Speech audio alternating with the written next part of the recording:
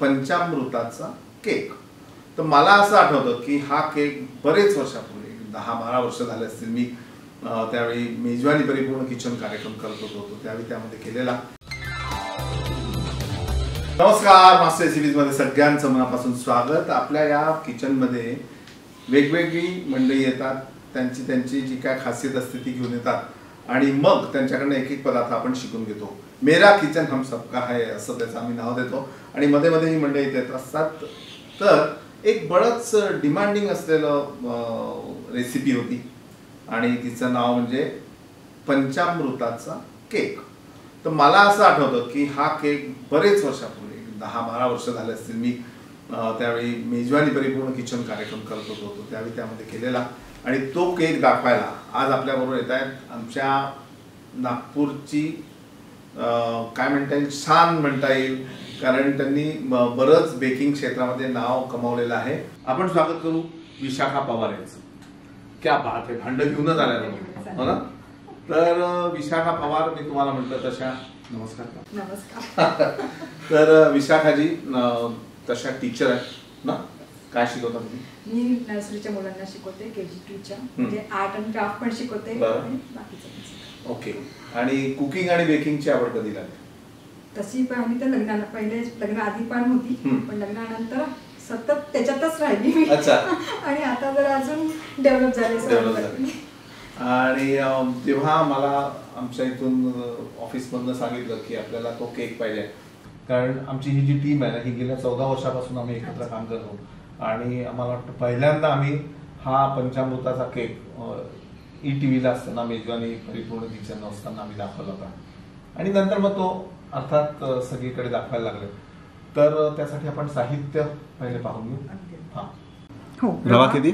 रवा आपण साधारणतः 1 वाटी घेऊ। 1 वाटी। आणि पंचामृत म्हटलं की आपले 5 पदार्थ आलेच, जशी साखर आहे, दही आहे, शहद आहे, तूप आहे आणि दूध। पंचामृत मध्ये आपण खाद्य टाकतोच, ते हे 5 ड्रायफ्रुट्स आहेत आपले, तुम्ही ऑप्शन आहे, तुम्ही जे तुमच्या चॉईसने तुम्ही टाकू शकता। आणि मी केसर विलायची इसेन्स टाकलेला आहे, तुम्ही व्हॅनिला पण टाकू शकता। पंचखाद्य म्हणून मी ते केसर विलायची, त्याच्यात अगदी टेस्ट बरोबर येते। जय्यत तयारी झाली आहे, कुकरही आपण तापत ठेवलाय। आता यात तू काय मीठ घालणार? मीठ घाला, त्यामुळे काय होईल, आपला जो केक आहे तो सगळ्या बाजूंनी अगदी व्यवस्थित। आणि पूर्वी आम्ही असेही दाखवलं की यामध्ये स्वच्छ धुतलेली वाळू घातली, ती पण चालले।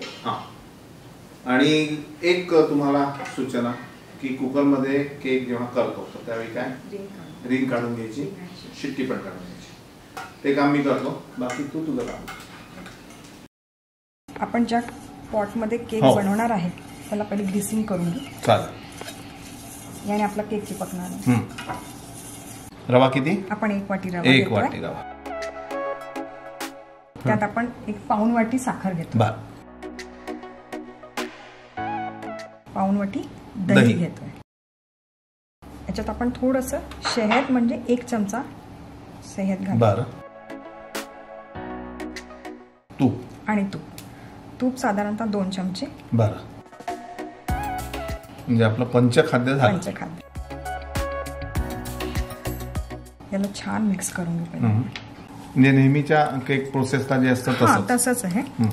आणि थोडं जसं जसं आपल्याला लागतं गरजेनुसार त्या हिशोबाने आपण दूध घेणार आहे। घालू का? हो, घाल। तरी साधारण किती दूध आपण घालूया? तरी पाऊण वाटी, थोडी फ्लोईंग कन्सिस्टन्सी आल्या।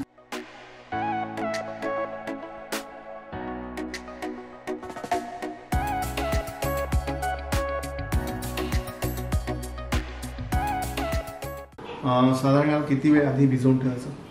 5-10 मिनिटं, कारण रवा ते सोकतं। आणि हे कसं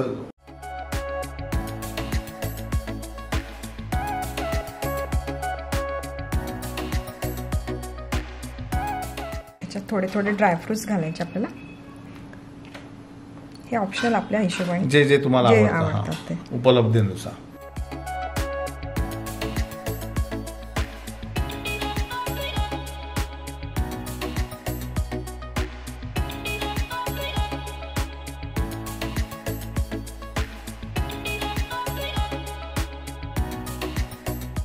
केशर इलायची एसेन्स आणि खूप छान टेस्ट येते याला। हा साधारणतः एक अर्धा हो हे घेतो. साधारण किती एक अर्धा टेबलस्पून. अर्धा टेबलस्पून. आणि हा बेकिंग सोडा आपल्याला ऍक्टिव्ह करण्यासाठी त्याच्यात थोडंसं दूध घालावं लागेल. दूध घालावं लागेल.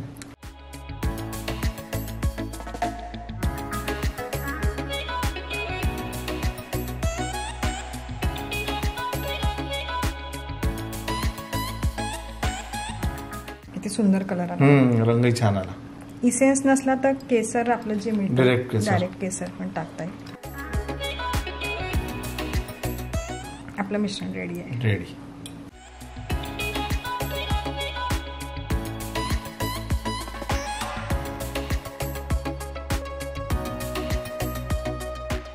टॅप केल्याने आपले सगळे एअर बबल्स निघून जातील याच्यातले.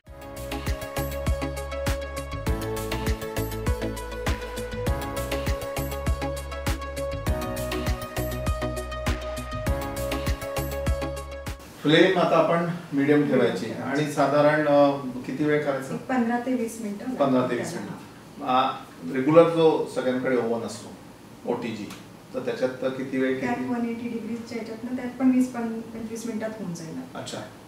रेग्युलर ओव्हन असेल तर तुम्ही सांगितलं म्हणजे आता की एक 20-25 मिनिटं त्याच्यातही होईल. बरं, मला एक अजून विचारायचं की कित्येक वेळा म्हणजे सांगायचं आहे ना की ड्रायफ्रुट्स आपण टाकले तर खाली बसतात असं सगळ्यांची कंप्लेंट असते. तर त्याला एक सोपा उपाय की ड्रायफ्रुट्सचा हलका पाण्याचा हात लावायचा आणि त्याला मैद्यात घोळून मग ते टाकायचे, म्हणजे ते खाली बसत नाहीत आणि मध्ये राहतात. याशिवाय अजून कुठले कुठले केक करता तुम्ही? मी तर सगळे फ्लेवर्स केले आहे. पायनॅपल केले, चॉकलेट्स केले आहेत, रसमलाई केली आहे. क्या बात आहे. केसर कुल्फी केलेली आहे. कठीण असा कुठला केक वाटला? तसं कठीण म्हणजे चॉकलेट ट्रफल. कारण चॉकलेट ट्रफल मध्ये आपण व्हीप क्रीम न वापरता चॉकलेटचं ते गनाश वापरतो. ती गनाशची जी मेथड आहे ती थोडी मला कठीण वाटते, पण जी म्हणजे प्रॅक्टिसने मला ती आलेली आणि छान वाटते आता ती. आणि आवडत पण सगळ्यांना. तोच एक केक सगळ्यांना आवडतो. हो.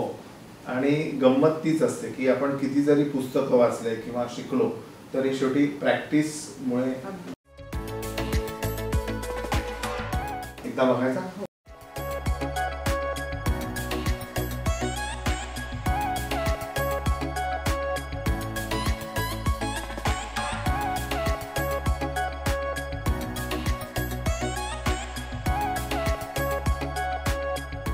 एक थोडे 5 ते 10 मिनिटं आपण थंड करू आणि नंतर त्याला काढून घेऊ.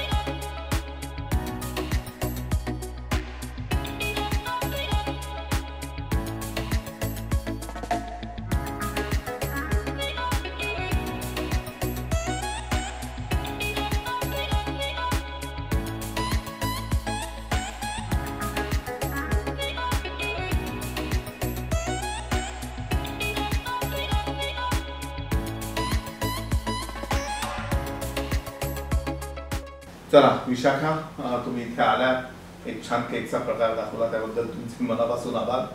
आणि तुमचे पण आभार की तुम्ही आम्हाला इथे बोलवलं. हो नाही, आमचं म्हणजे असतंच की आपले जे व्ह्युअर्स असतात तर त्या खूप छान छान रेसिपीज असतात सगळ्यांकडे आणि प्रत्येकाला वाटतं की आपल्याकडे जे छान आहे ते इतरांना वाटावं. ही आपली संस्कृती आहे बेसिकली. त्याच्यामुळे वैश्विक खाद्य संस्कृती हे पुस्तक मी तुम्हाला. थँक्यू, धन्यवाद. मास्टर सीबी पाहा. बिलकुल. काय नाही सर तुमची. नाही काय त्याच्यात अजून तुम्हाला वाटतं की काय असावं? थोडं नवीन नवीन रेसिपीज तुमच्या असतातच, पण थोड्याशा आताच्या ज्या पद्धतींना मुलांना ज्या आवडतात त्या पण थोड्याशा असल्या पाहिजे मला. चालेल, तुमची सूचना आम्ही लक्षात घेतो. पुन्हा इथे या अशी अपेक्षा करतो. नमस्कार.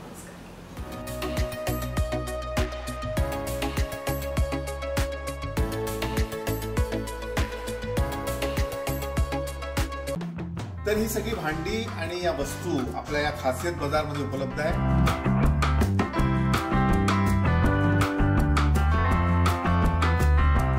आणि याची माहिती खाली डिस्क्रिप्शन बॉक्स मध्ये दिलेली आहे. व्हॉट्सअप नंबर दिलेला आहे.